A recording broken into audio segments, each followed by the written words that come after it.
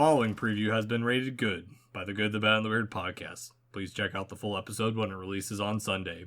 And welcome to the Good, the Bad, and the Weird previews. We're doing a little bit of a different one this time. We don't really have a trailer opening because 100 years ago, were there trailers? No, not really. There was posters, but that doesn't translate well to audio form. Easy advertisement. So. Yes. But yes, we are doing a 100-year-old movie, or almost 100-year-old movie. We're a little short. Häxan. Or, sorry, I said it wrong. Again. I said it correct the whole episode until this time. Häxan. Häxan.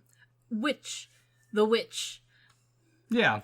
100-year-old Swedish movie is what we're covering today. It is definitely one of those movies that holds up really well. Surprisingly well. Like, better than a lot of, like, because there's a lot of, like, the old 1920s and silent film era movies that, like, us as movie buffs and movie historians are like, oh my gosh, you need to watch this old black and white silent film, and there's only like 20 minutes of actual footage, the rest is like pictures. But this one's actually one of the few ones that, like, honestly, it still's really good. Yeah, and I like that you brought that up, because I didn't really think about it. There is a lot of film to this instead of just title cards. Yeah, like, yes, there is a lot of, like, quote-unquote title cards, and there's also, because he was trying to make this kind of educational and researchy, there's a lot of, like, pointing with a pointer at pictures of things or of wooden presses of things, which is interesting, but, like, it's a little college university feely. Yeah. But not all the time. Like, a good solid, like, more than half of this film is, like, entertaining as far as, like, a reenactment. Yeah, and I mean, we talk about it a little bit more in the episode, but this is the early ages of defining film genres in general, also setting up what a documentary film is to begin with. And on top of that, what a horror film is. Because, this is definitely nowadays we would say documentary, but for when this came out, like, this was, like, some pearl clutching stuff at the time. Yeah. Yeah, it's definitely... I'd still say it's an acquired taste because, yes, it is old, it's silent. The music's great for it. Oh, yeah.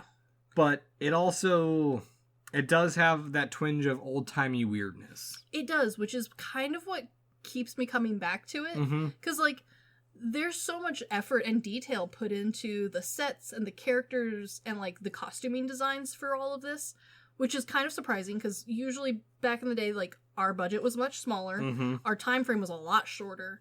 Very much so. And a lot of people took this more as, like, a for funsy, like, quick medium. No one really saw it as, like, a this is how I'm going to present my works sort of thing. Well, and it's also an era where people were still thinking film would be a passing trend at some point. Yeah, the amount of work that went into this is really impressive. And because of that, like, yeah, the devil's costume is corny.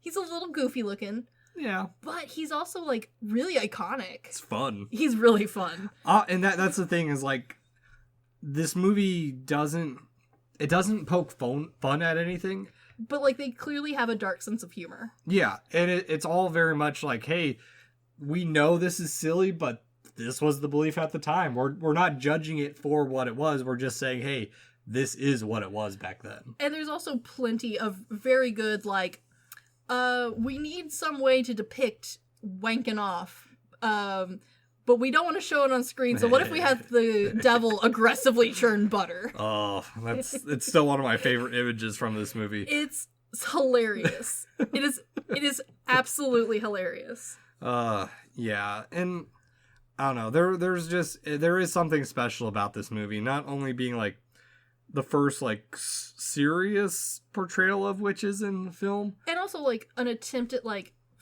discovering the history of them. Granted, by our modern standards, it doesn't go back super far, but, like, he did a lot of research into Middle Ages and practices and what he thought at the time would have been history for it.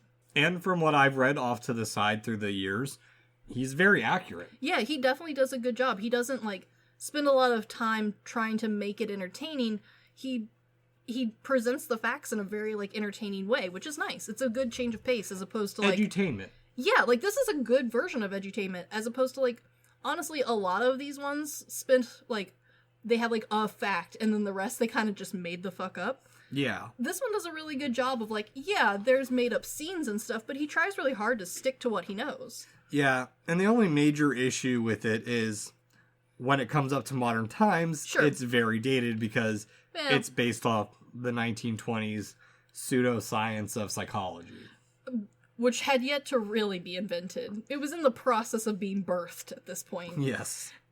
But one of the things that also like really is impressive is from even like the old look at the witches, the like preset part of the movie, he tries really hard to like have a sympathetic view to all of the characters in play, minus a handful like some of the church members who never really get a very flattering angle, which makes sense as to why several places didn't want people to see it.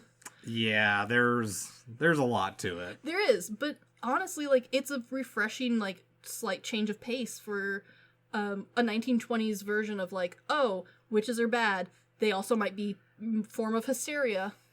Yeah.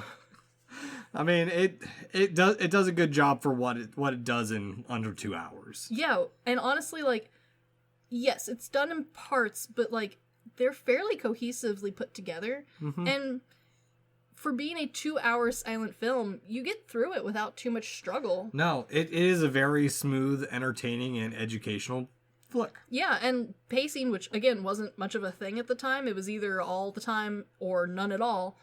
He does a good job with pacing, for the most part. There's a good ramp up from educational to entertaining, and then back down to educational. Yeah, no, I completely agree with that. So, I don't know. I don't want to spoil too much because there is a lot. It's one of our more historical episodes this week. So. It really is, but even if the like study of old-timey films isn't your thing, this one's definitely one of the more unique pieces, and it's worth checking out. Yeah, definitely. So, but anywho, this has been the Good, the Bad, and the Weird previews. Check out the full episode. Peace.